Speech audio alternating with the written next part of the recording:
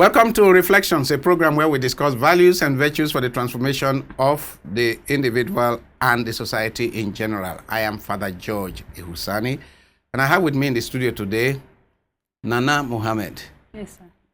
Nana, you're welcome. Nana Mohammed is a journalist. Yes.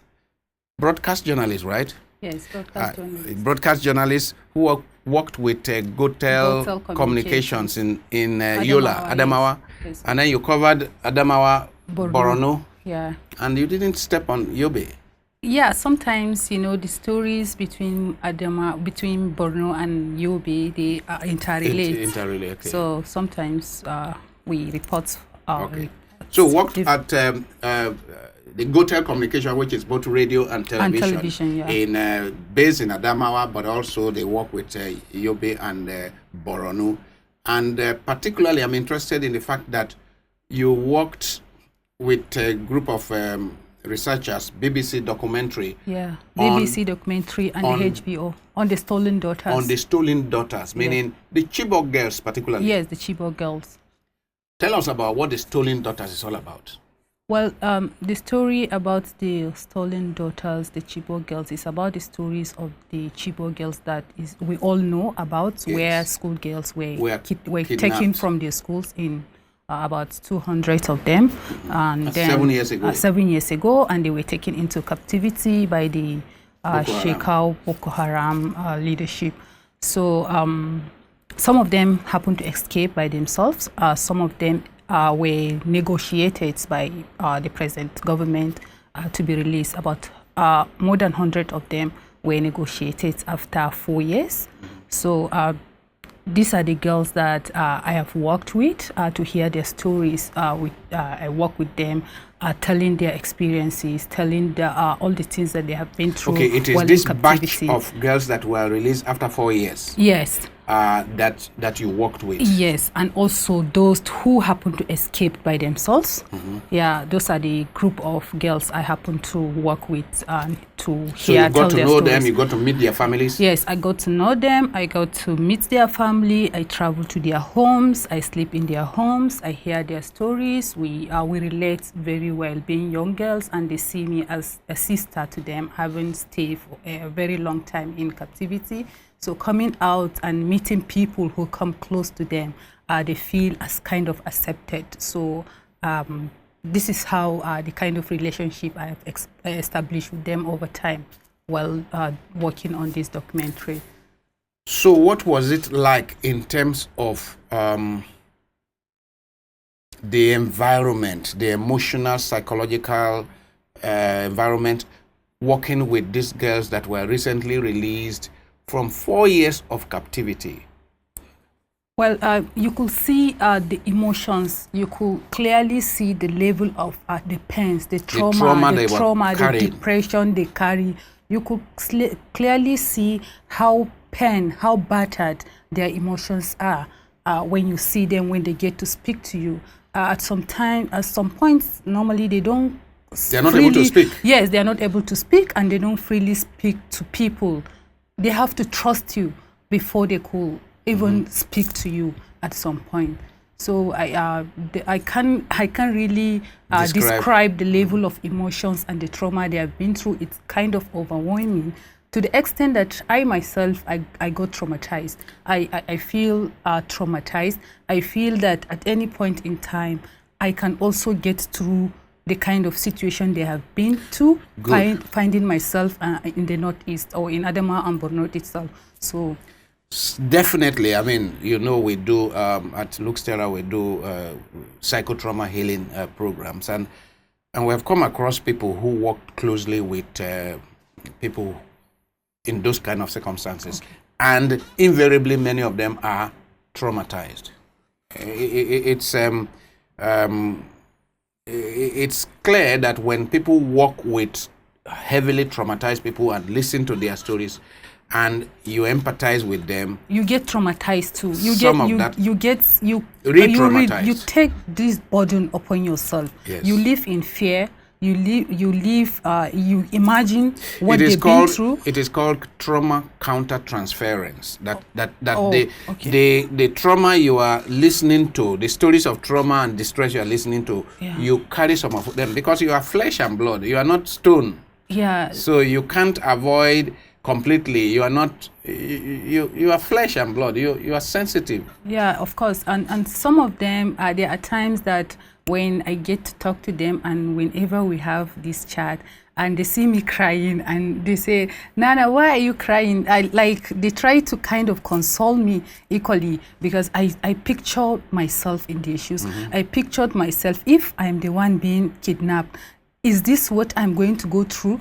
Like I kind of feel those emotions are overwhelming and then bringing me down. A few years after, do you still have some of those fears? I mean, about the kind of feelings that suddenly overwhelm you sometimes after working with them or during the time you work with them. Do you still, a few years after? Yes. After working with them, honestly, I couldn't stay back in Maiduguri because I know the crisis is still ongoing. I know that the kidnapping was still continuous. I know that people are being taken on road trip like that. So that made me to kind of leave Maiduguri. I was telling myself, I can't live here.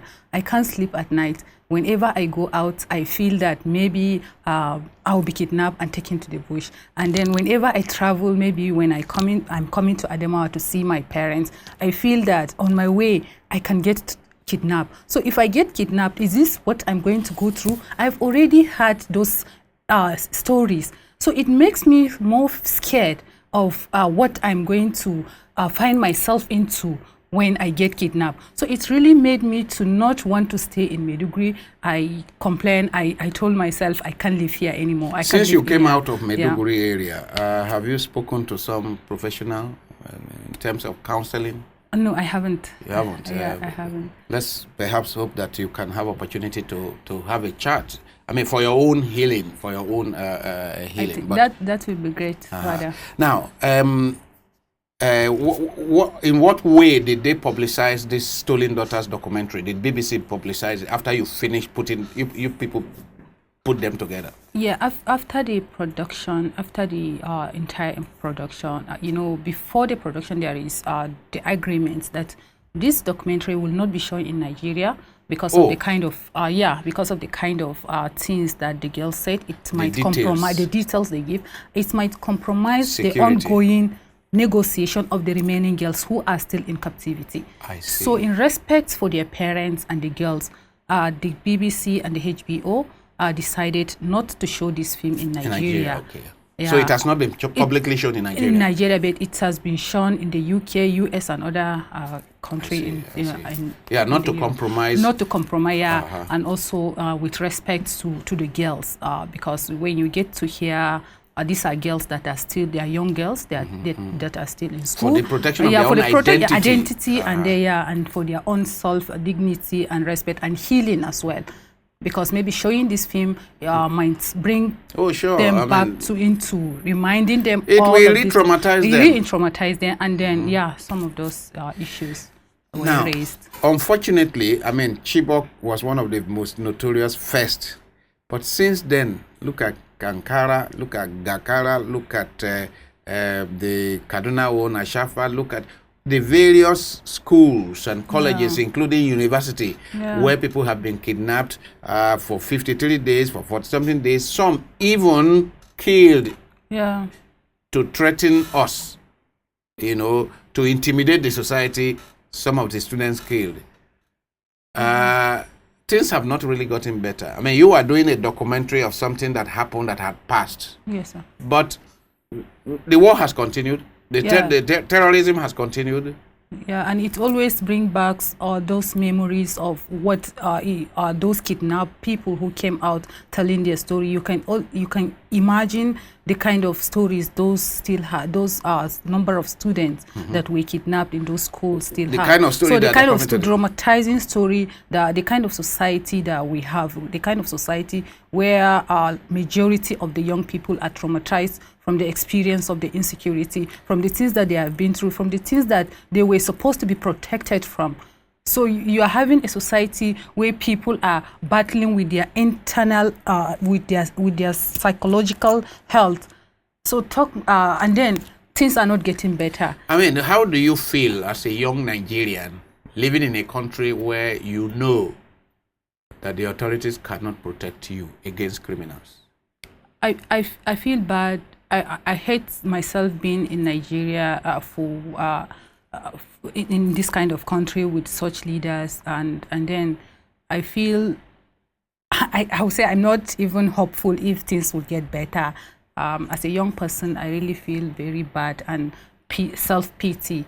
Like I mean, isn't it really terrible for the and you are not the only one that feels this way among young people, which is why yes. many young people just think that their only hope for a reasonable life is to go out of the country. However, we know that the 200 million Nigerians cannot leave this country. Of course. So, as you chat with fellow young Nigerians, apart from leaving the country, what are many young Nigerians thinking of doing for the sake of their own future and hopefully their children and children's children in future to make the society better?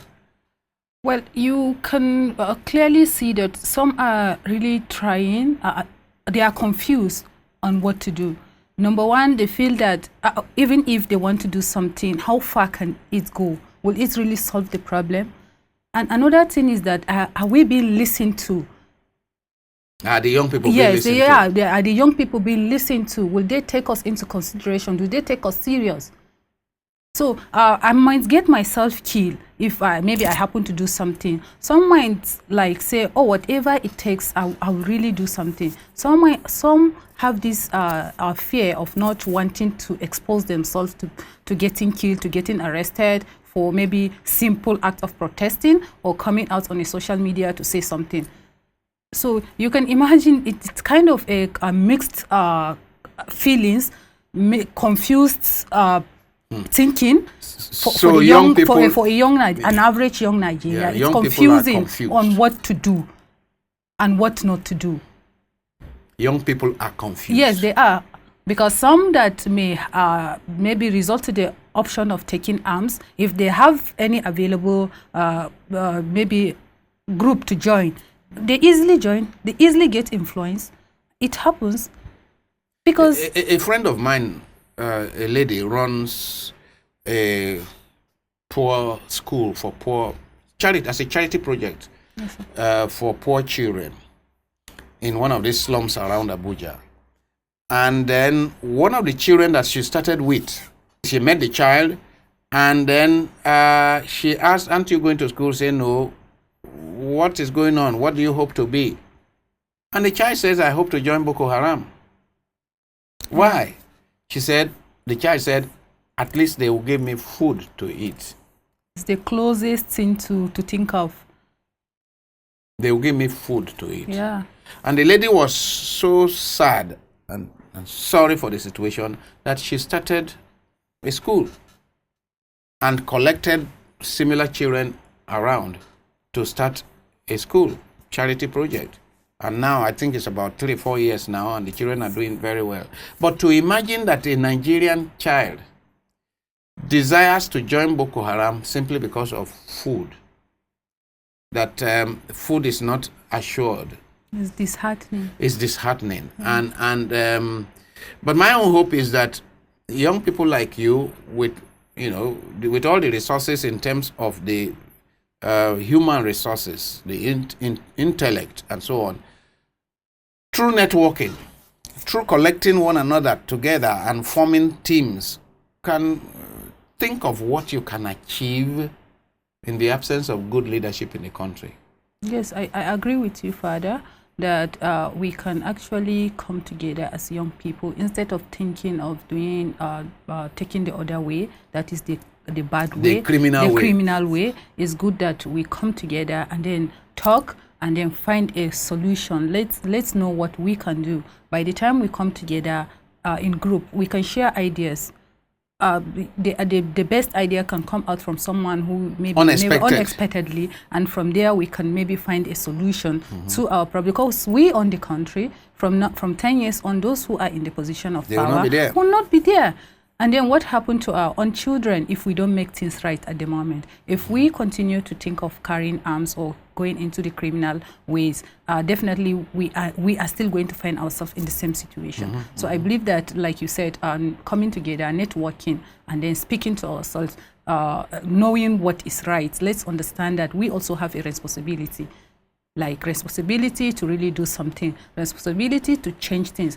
It might not be easy and it might not come as fast as we expect, but I know once we put in effort, deliberate effort into what we are expected to do, taking up responsibility upon ourselves and being sure that, yes, we want to achieve this, definitely we are going to be there.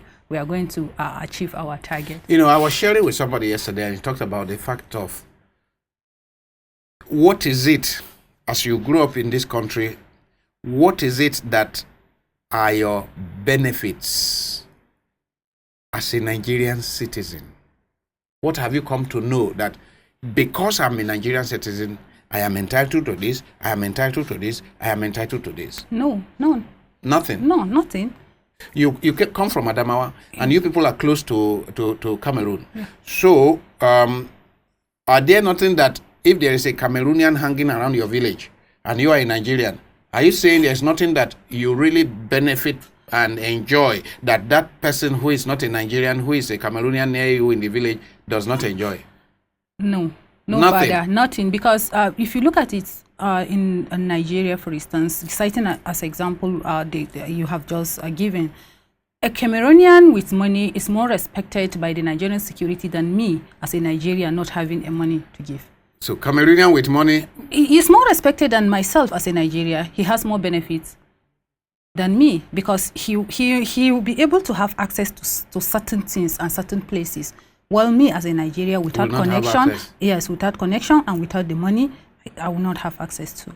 We have seen. So you are not able to tell me as a young Nigerian what the benefit of being a citizen is of Nigeria, of the Nigerian state? Well, I've not seen yet, like I've not felt that and I've not been given that. I don't know, maybe there are some people who have, but for myself, I can't tell actually. Which is unfortunate. I mean, if a Nigerian, and we keep encouraging our people to be patriotic, to be nationalistic, to get to love this country. But if the Nigerian does not see any benefit of being a Nigerian in terms of the state has a responsibility to protect the innocent person against the aggressor. If you cannot see the state doing that for you, it's not because it's not doing. If the state cannot provide, let's say, basic free education for you in primary school and secondary school, it's not doing. It's not doing. If the state is not providing infrastructure so that if you want to go into business now, you can flourish because the government has provided the infrastructure. If you have to be the one to look for everything yourself, you have to provide your own security, you have to provide your own lights, you have to provide your own water, your own local government. An average family is a government of itself, like of its own, because you generate your lights, you have to own a generator no matter what, you have to buy fuel into that generator. You have to provide your own security, a private security. If you don't have one, maybe you need to have a dog in your house that is if your house is being fenced and all that. So I don't see. And if you don't have money, your child cannot go to school. And the average person, the things you are listing, maybe only 10% of Nigerians can afford those. The average person that lives in our slums cannot afford generator, generating cannot set, afford yeah. borehole, cannot afford all this. So you are on your own. You are on your own. And the security, which is the most important, that is expected by at least The government should provide. If I can provide my water and I can provide my light, at least provide security, a conducive atmosphere where I can work hard to earn a living, to earn money, to provide all these things for myself. Government is not able to do. It's not able to do. People are being robbed on a broad daylight. I mean, the leaders, our people and when I talk of leadership, I mean leaders at all levels. Those who superintend society at all levels. We need to take this seriously. I mean, for a young person to say, there is nothing I can look forward to for my country to do for me. I mean, I have no rights of any type. That's not good for our country. Not at all. And for a young person to say, oh, I'll join Boko Haram, at least I will find food to eat. That's not good for our country. Let me tell you something. There are times, from my experience from Maiduguri, there are times where those that have been rescued by the security agencies to IDP camps, yes, like camps made for the internally displaced persons. Yes. There are times that hundreds of them are deciding to go back into the forest. Why? Because they say at least they are being given food, they are being respected, and then they know that nobody is going to look down on them. They know that they are going to have food, at least. So when you have people who have been in the forest with Boko Haram coming coming back to the society and returning because the society has nothing for them. Yes, into the forest because the society has failed them completely. There is nothing for them. And when we have IDP camps not sufficiently protected, that terrorists come and attack IDP camps. Yeah. Oh, which is a pity. Well, somehow we have to look forward to a better society. I mean, they say when there is life, there is hope. There is hope. Yes. We are alive, so we have to keep hoping for something better. And like you use the word networking. Young people have to take some responsibility. Yes, I think so. To build this country. Of course, Father. Our generation, the adult generation, has failed you people, but you people must strive. Yes, do something. Yeah. And link up with other young people to achieve something. And I think it's achievable now with the easy means of communication. Internet. The internet is something that has helped to bring us together. You can have a friend. I'm from Adamawa. I stayed in Borno. I can have a friend who is in places like Imo, Port Harcourt, Anambra, Enugu, Onitsha, and all that. And we can connect. There are friends that connect without knowing each other, without attending the same school, but because we are on Facebook, on Instagram, on Twitter. From my comments, someone can relate with me and we get together. From your comments, someone can relate with you and get together. And so then you build a critical mass. Yes, we have a network, and then we start speaking that, yes, what is affecting Nana in Adamawa is equally affecting maybe Ngozi or Chinyere in Enugu or Anambra. So with that, we can come together and really do something. I think we shouldn't sit down like this. Yes, and those who think that our only hope or their only hope is going outside the country, that is chickening out. That is the line of least resistance. Yeah. But that problems like this are meant to be confronted. Yes, we should. Yeah, I agree with you. We should confront our problems. Like we should face it and see how much we can do before we can say no. We have at least I've done my best. Let's do something from the little things that we can do in our own little ways. I think we can actually achieve something. Now, before we go, after all these your experiences in Adamawa and in Borno, you have ended up in Abuja. Yes, and you are working with Terra Leadership Foundation. Yes, the Network and Advocacy Group. Network and Advocacy Group. So tell us about your role in and what the Network and Advocacy Group is and what your role is in it. Terra Network and Advocacy Group is a very amazing and interesting project by the Terra Leadership Foundation. It's a project that we work to unite this country, to make sure that we as Nigerians are one, to make sure that we have really achieved some level of acceptability and understanding our main problem, who are our real enemy. So the project is about telling people, getting to understand that what you assume, or if you think that I am Hausa or I'm from Adamawa, I'm your problem. I am your problem in the south.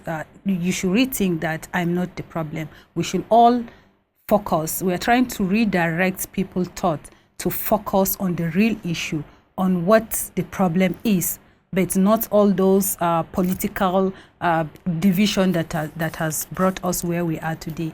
So that our diversity is not the problem. Yes, that diversity can actually be an asset rather than a liability. Exactly, Father. Yeah, it's kind of exactly. This is what we are working on at Network and Advocacy Group of Lux Terra Leadership Foundation, to make sure that we all understand that our diversity is actually our strength, not our weakness. We should love ourselves and see that we have a common goal of making Nigeria great and one again. And we should also understand that the actual problem is not from our diversity, it's actually from the structure, from the system. If we have a fair justice system, for instance, where every Nigeria can benefit without minding where the person is coming from, I don't think we are going to have problem. If we talk about some of the issues, if you look at it critically, it is actually about selfishness from few people who want to show us that who are working in their own interest, not in our own interest. So why are we fighting if we understand that this thing is not, the person who is doing this is not in our own interest? Yeah, but you know, we have what is called identity politics. Yeah, identity politics, when my own man is in power, and good or bad, he's my man. So what is the man doing for me? If you look at it, actually, if someone from Adamawa State, for instance, is the Minister of Education, and then you go to Adamawa, you find out that we still have hundreds of thousands of children, school-age children, roaming the streets. So what benefit is he to me? But at least it's my brother. But how am I benefiting from that? How is that solving the problem that we have on ground? It's not. So what is your group or whatever going to do to educate people? Because there are many people who will say, as long as it's my brother. I mean, there are people, Nigeria is in trouble now, economy is going down, security is terrible, and so on. But there are a lot of people in Kano, in Katsina, and so on and so forth, who are very proud that their brother is president, and who will fight anyone that criticizes their brother. So I want to ask that, how is that of benefit to you when you cannot sleep with your eyes closed in your house? When the person that you claim to be your brother is responsible for providing the security, and he's sleeping with his family comfortably, and then you in your house, you can't sleep with your eyes closed. So how do we bridge that gap? How do we educate the millions of ignorant Nigerians who keep whose pride is that it is their brother or somebody of their religion that is in charge? They are gaining nothing, as you can see. But you dare not criticize their brother. You dare not criticize it. How do we educate them? Okay, I think from talking, like what the group is doing, like the Network and Advocacy Group brings people from different regions in Nigeria. Your community stakeholders from your community, group. Yeah, we have the community stakeholder group, where people are brought from different states, from different locality, coming to talk about some of the issues, and then at the end of it, and then you find out that there are things that they are not really well informed about. So I think we can do that by still expanding our tentacles, like expanding our hands, where we can reach out to more people, bringing them on board to understand that this thing is not the way you think it is, but the truth is the way. Could it be that actually some of our leaders in Nigeria have kept people in ignorance, so that they can continue to misbehave the way they are misbehaving, and the people will keep defending them? Yes, exactly. They have, like, not only in a deliberate ignorance, they deliberately not allow free flow, the right information to get to the people. They mislead people in their campaigns. They mislead people, misinform people. And misinform people, and then make the situation deliberately the way it is for their own benefit. So it's high time that we get to really understand that this Mr. A that is coming here to preach to me that someone there, a Christian, is not my friend or is not my brother, is my problem. No, he's not your problem. A Christian here who can provide for you, who can give you shelter, who can assist you whenever you are in need, is more loving to you than someone who is somewhere trying to manipulate you into believing that this person is bad.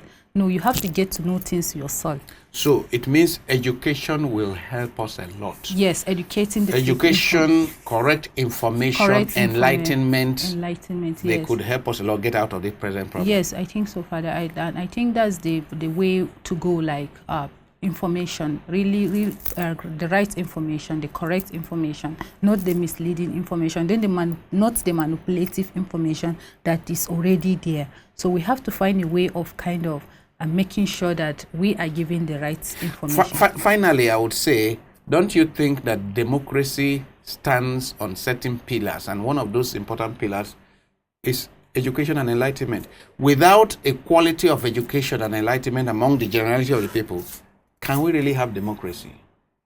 Well, it's difficult. It's difficult, yeah. Because without an enlightened if population, you are not informed, like, what can you do?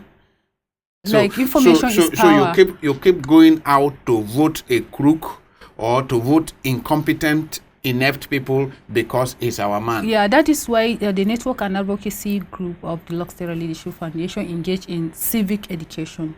Like in some of the awareness campaign that we carry out, there are courses for civic education where people are being informed and then tell them what the right way to go about it.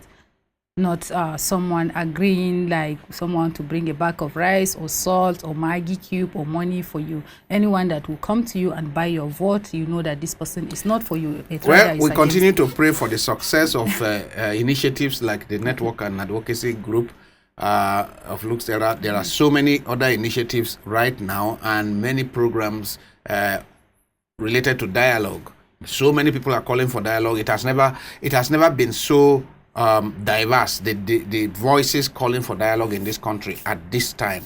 So we pray that this time around it will succeed to call the leaders to attention for us to agree that the way we have been running our country is not the way we should run the country, and that a young person like you should not say that I have nothing to look forward to in this country. This country is providing me with nothing. Because this is the situation it presented itself to me. Yeah. I mean, we pray for a better country where young people will look forward to a country where they can flourish because they know as citizens that they have this right and that right and that right. I've been speaking with Nana Mohammed, a broadcast journalist, and then she now works with the Network and Advocacy Group of Lux Terra Leadership Foundation. Welcome to Lux Terra once again. Thank you, Father. Thank you for being on this program. Thank you very much. Thank you.